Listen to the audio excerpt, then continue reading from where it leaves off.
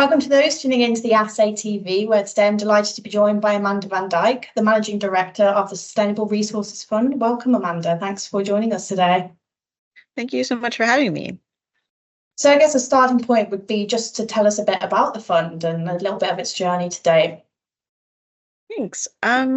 The Sustainable Resources Fund was conceived in 2021 to meet the growing critical minerals requirements that the world is going to have as it energy transitions. And the energy transition is going to require an unprecedented volume of new mines, hundreds, in a different suite of minerals than the world has traditionally invested in on a large scale. So rather than sort of the coppers and the iron ores of the world, we still need lots of those, don't get me wrong, we're going to need a lot more lithium mines and graphite mines and high purity manganese mines and that sort of thing. So our fund was set up to invest in development stage critical minerals projects. And hopefully contributing to the energy transition by enabling those companies to start producing sustainably into the energy transition that's going to help us all get to net zero one day. Excellent. And let's talk about the sustainable commodities strategy. How does the fund assess and invest in critical minerals? So we're a development stage investor. So we like people to have found it, to have finished sort of at least they've found an exploration project that's going to be of a sufficient size and scale.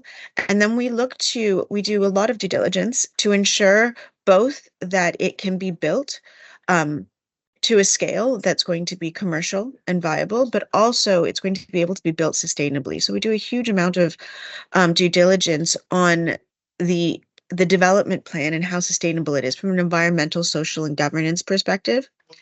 Because one of the things that the world has been very clear about is that they don't just want to energy transition, but they want that energy transition to be done slightly differently than it's been done in the past, in that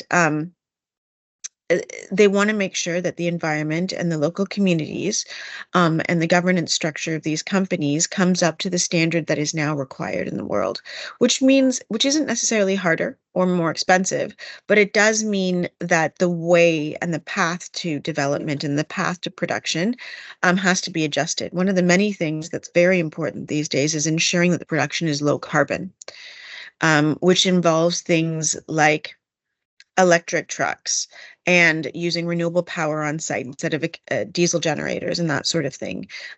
It's tweaks, but it's a lot of little tweaks to get low carbon sustainable production into our global economy.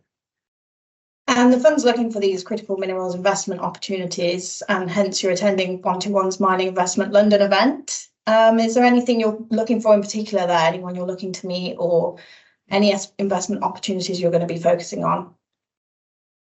So we look very hard at the battery minerals suite, which is evolving. And one of the things that we're really looking for is the next generation. So the next generation of mines.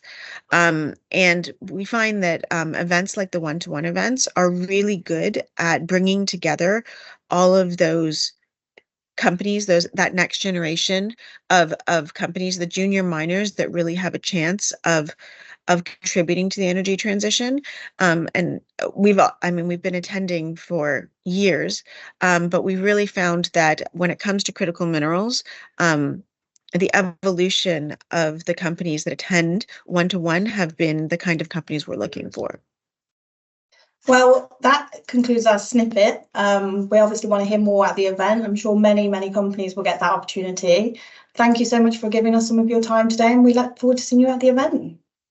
Thank you so much. I look forward to it as well.